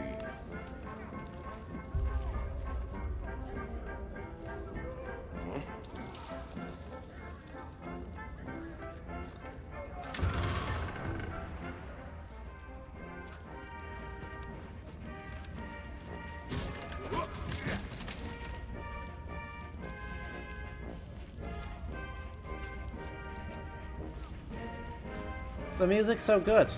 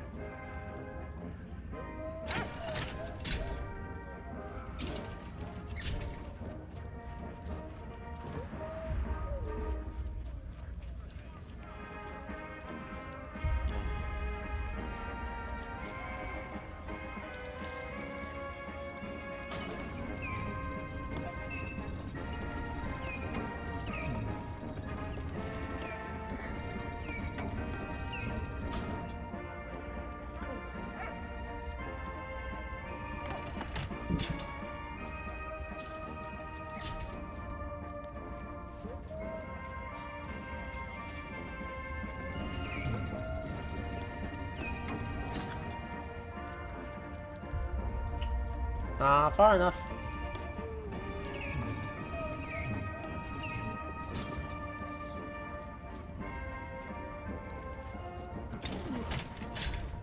That'll work.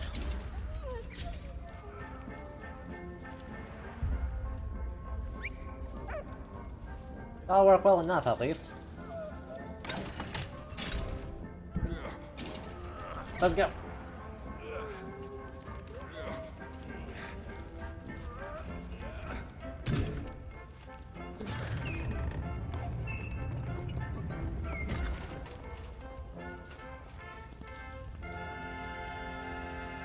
I'm glad they're all blind in the trench across the way.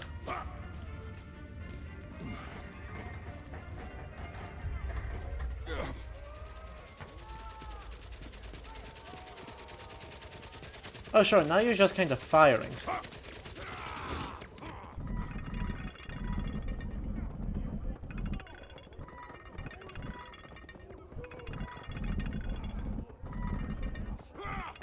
He's just having a good time, isn't he? Skills are bad. Rolled.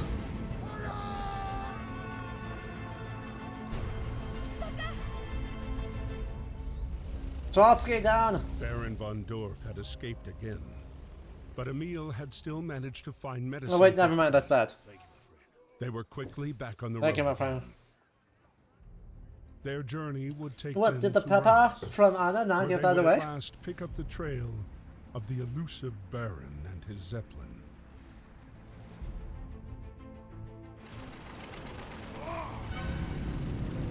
Da da da.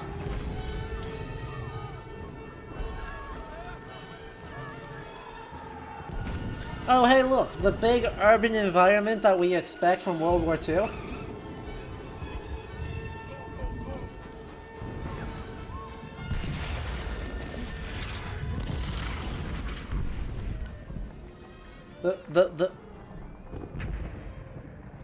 The big urban environments that we expect to see much more in World War II media than World War I media have made their way back.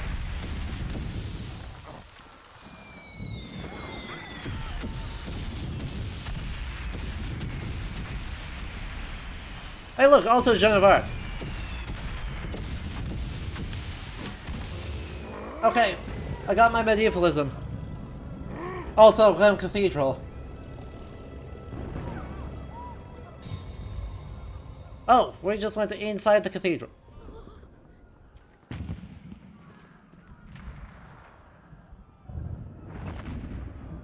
In September 19th, 1914, as the Germans retreated the city, they set fire to the cathedral.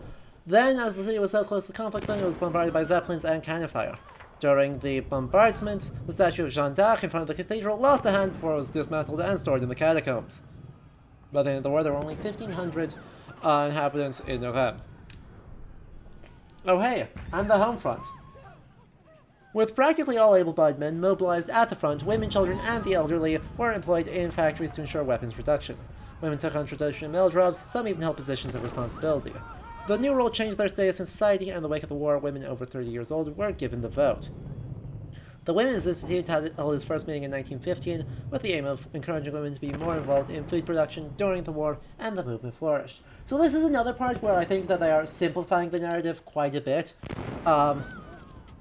While a massive portion of the population, of the male population, was conscripted into the war effort directly, I think there is a little bit of this.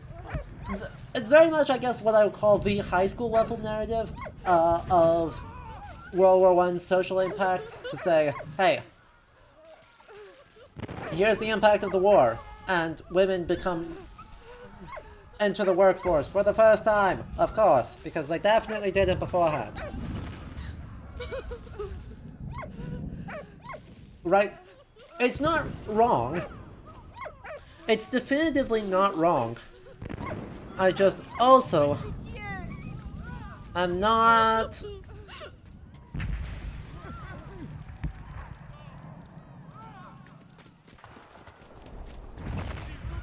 persuaded it's 100% I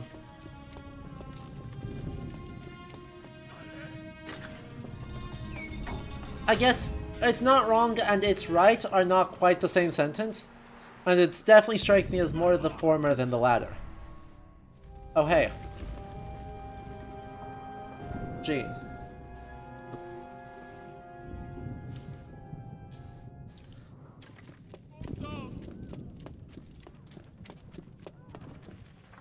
What?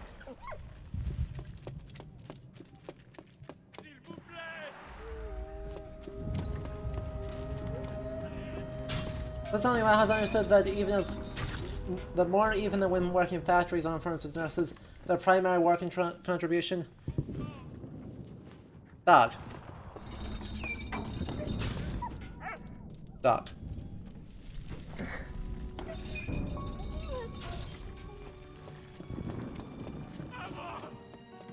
Oh. Heck. Alright, alright, alright. What? Allez. I don't think I'm able to get him down there. Yeah.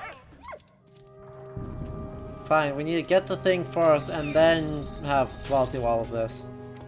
And then have Walt do stuff. Okay, okay, okay.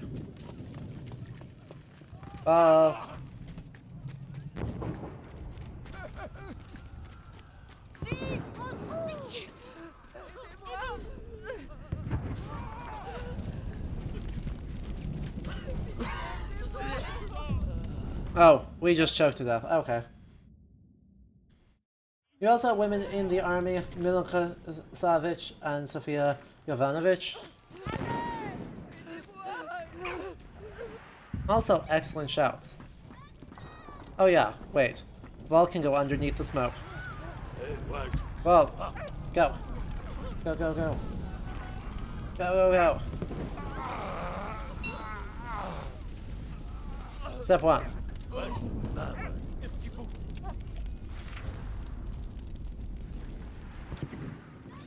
Medicine.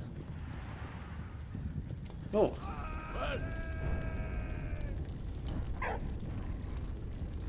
Well, you're in trouble. Nothing I can do for you, sorry, goodbye. Cat? And another thing. A gas mask. Well, alright. Yeah. Technically. Technically a mask, I suppose.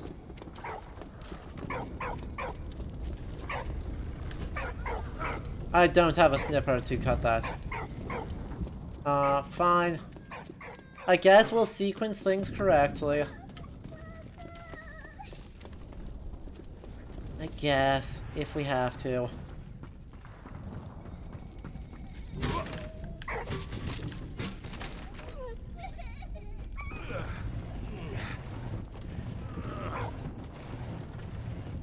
Go.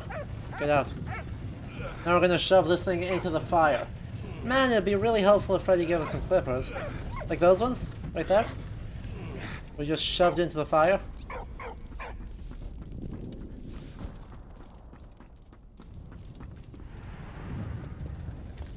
There we go. Sadly, Freddy is just, you know, monumentally too impulsive to even consider doing such a thing. They broke. We used them once and they broke because, precision German engineering.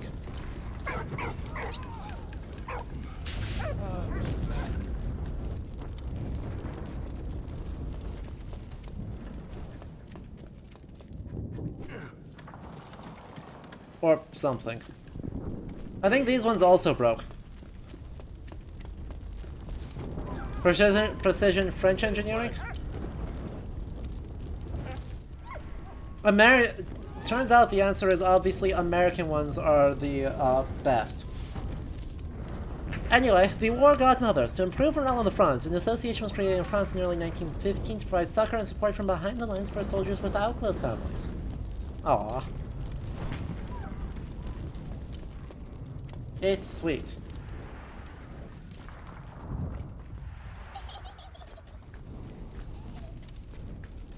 Good, you are okay, you are okay. Good. You are okay. We've got like 3 of the 4 people.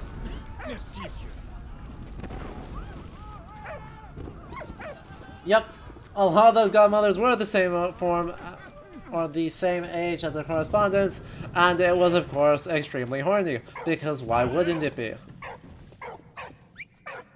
Hey. Have that.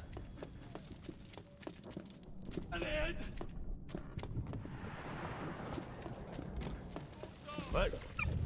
What? There was a big controversy among older, more maternal godmothers. Yes. I can imagine. That is very funny. Big fan.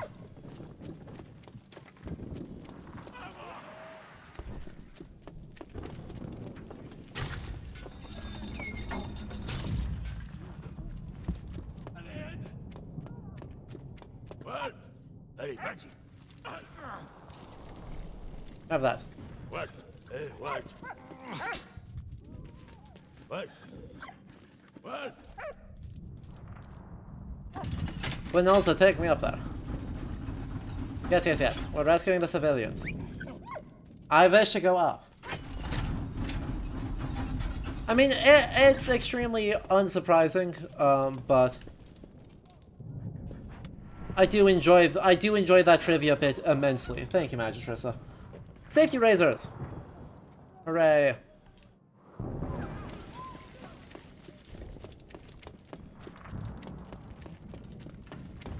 And okay, that's it. I guess that's it. What?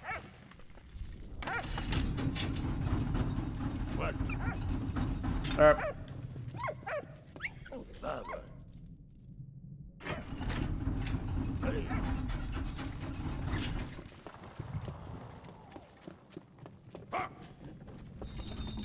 And then doggo goes down, and then we go down, and then we recover the doggo. What? Doggo. Doggo!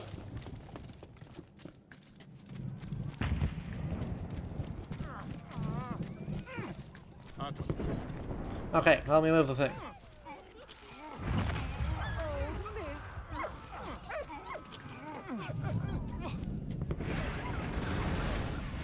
We helped everyone we could.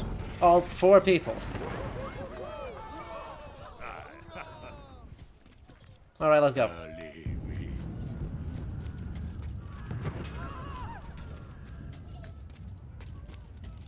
Let's go. We're not able to go yet. Oh, merci. No. Yes, I know he did.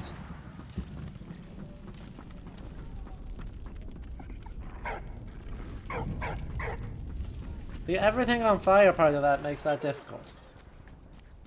There is another kid there.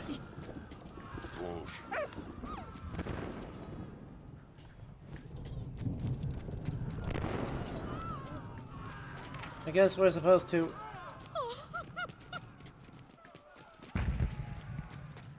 I don't know if or how we can get to the kid, much less... Yes, yes, yes. I know he's a good dog. I'm getting distracted.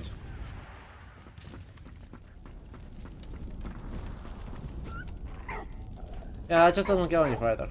So, that ain't it. And this doesn't go, let me go down. This was an up only. Merci, Walt.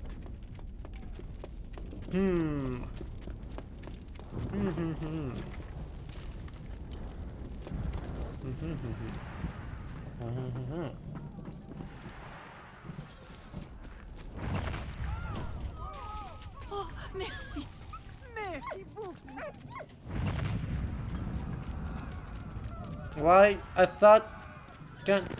Ladder? Ladder? What?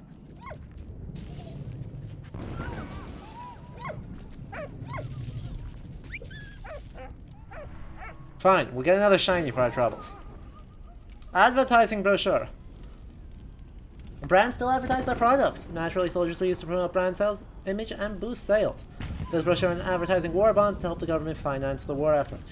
That's a super interesting thing for them to acknowledge. Because one of the things that various sources, like the Oxford Illustrated History of the First World War, emphasize is the extent to which, right, this is the propaganda efforts of the war are produced by corporations.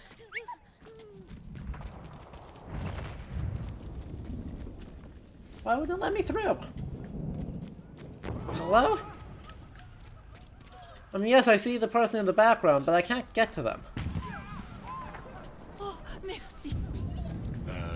I'm so confused. Chat, what am I missing here? Maybe if I die and reload, it'll help. We're gonna pretend... Literally... Wait, are you serious? Are you serious?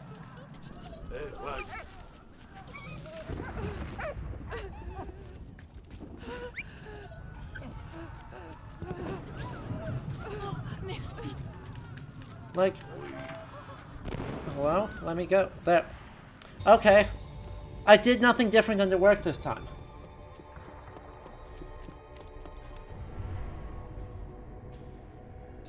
I don't know. A playbook belonging to a British soldier. It also contained practical details such as the last will and testament form, as well as the names and addresses of close relatives to contact in the event of death.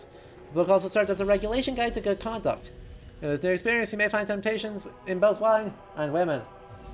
You must entirely resist both. Or we could not. The attitude most soldiers took. What if we didn't? Because, you know, stress.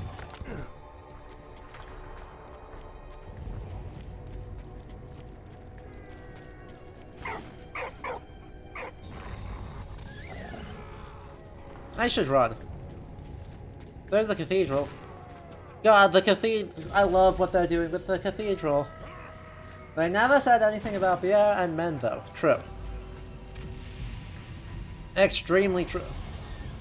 Not the organ.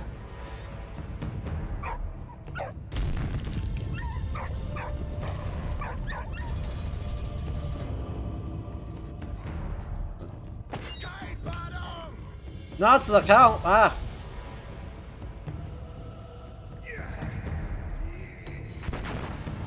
Well, that was...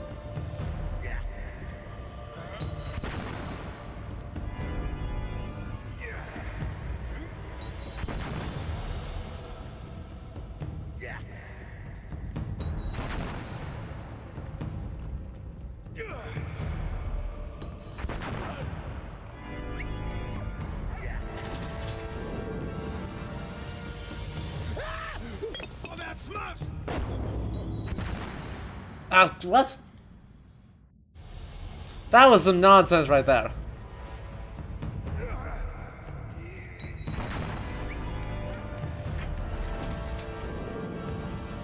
It flew out the window and then just brained me.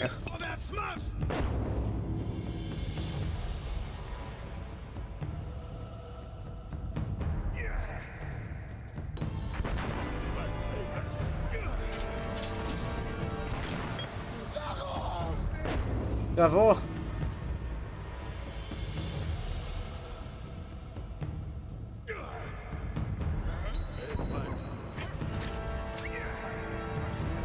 Nice.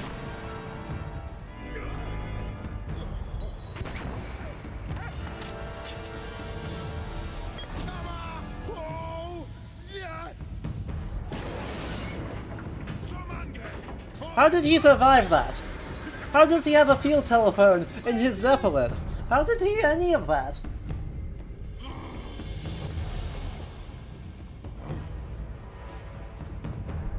Go, go, go, go, go, go, go, go.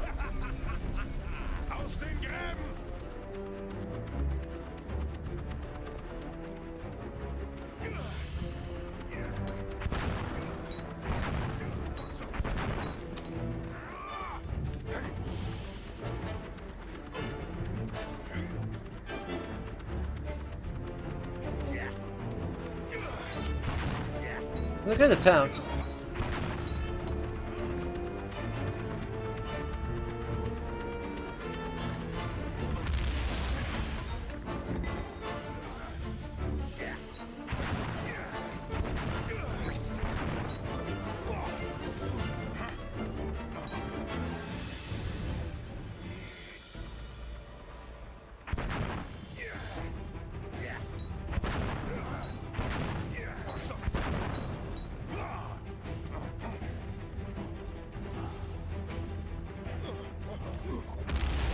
That was also a good attempt.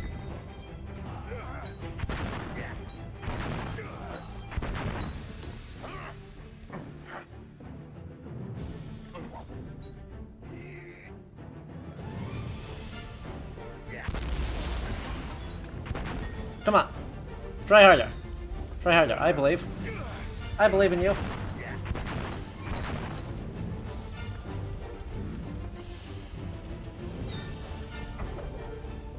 Well, that was not even close.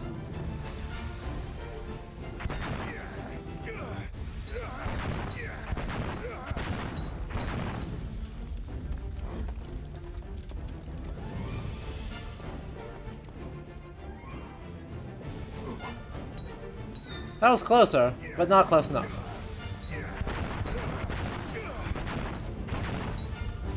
Come on.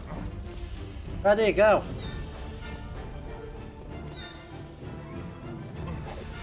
There we go. That'll do it.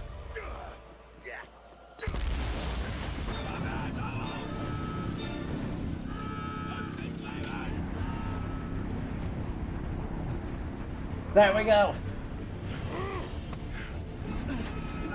Oh no. Not Carl.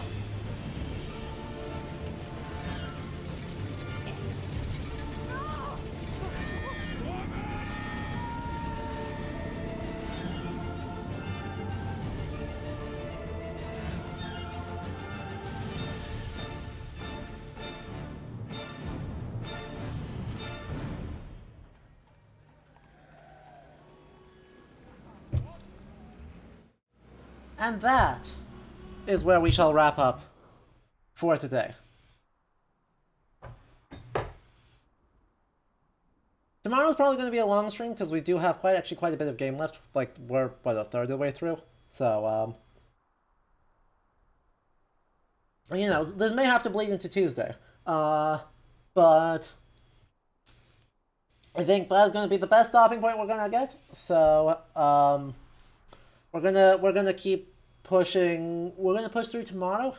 See how close to the end we get, and then if we need to bleed into Tuesday a little bit, we can do that. Okay? This has been loads of fun though. What a strong beginning. What a strong game.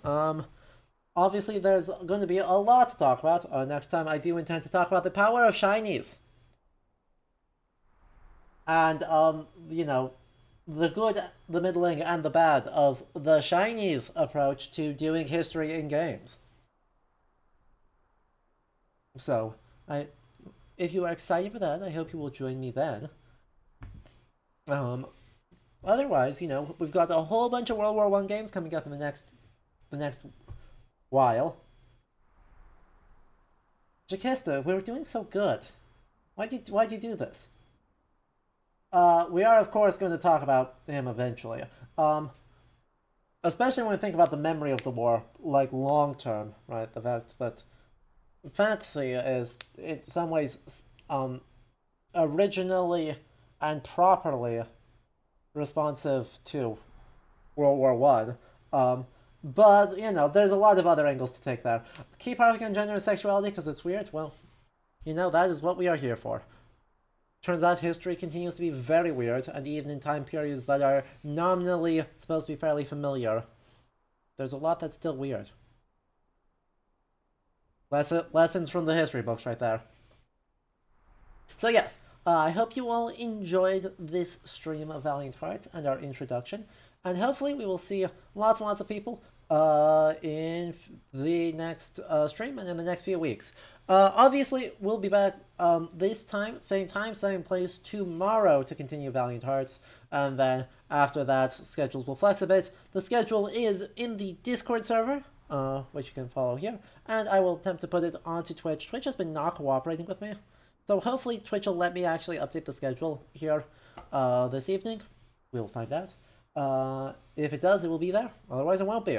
But for all updates, of course, stay tuned, follow on Twitter, and all of that stuff. And if you enjoyed this and want to support the show even more, do consider heading over to patreon.com/LudoHistory by clicking the link in chat or the description of the YouTube VOD. And support us over there for as little as $2 a month. That does it for me here. So until tomorrow, when I see you all again, I hope you all have a good rest of your evenings and a good start to your weekends. Alright? Good night, everyone.